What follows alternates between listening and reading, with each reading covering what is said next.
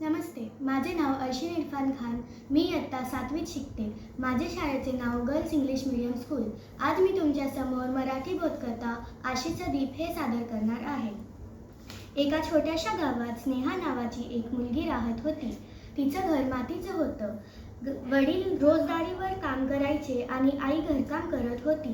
घरची परिस्थिती फारशी चांगली नव्हती, पण स्नेहाच्या डोळ्यात स्वप्न होते. शिकायचं, पुढे जायचं आणि आपल्या आई वडिलांसाठी काहीतरी मोठं करायचं.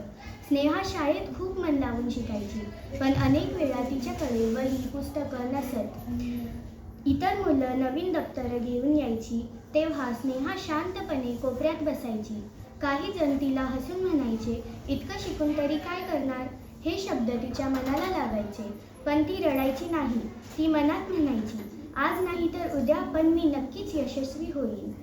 एकदा गावात मोठी शिष्यवृत्ती परीक्षा होणार असल्याचं जाहीर झालं. ही परीक्षा पास झाली तर पुढचं शिक्षण मोफत मिळणार होतं.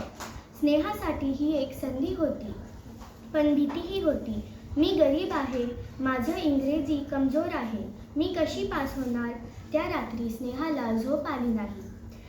ती घराबाहेर आली. आकाशात अंधार होता, पण एका कोपऱ्यात छोटासा दिवा लुकलुकत होता. तो दिवा पाहून तिला विचार आला, अंधार कितीही मोठा असला तरी छोटा दिवाही उजेड देतो. पुढच्या दिवसापासून स्नेहाने ठरवलं, हार मानायची नाही. ती शाळेच्या लायब्ररीत बसून अभ्यास करू लागली.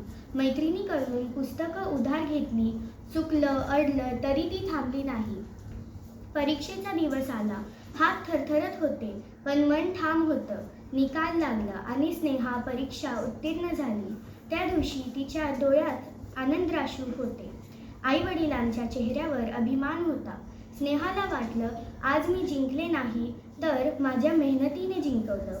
बोध, परिस्थिती कितीही कठीण असली तरी आशा, मेहनत आणि आत्मविश्वास आपल्याला नक्कीच उजेडाकडे नेतात. धन्यवाद.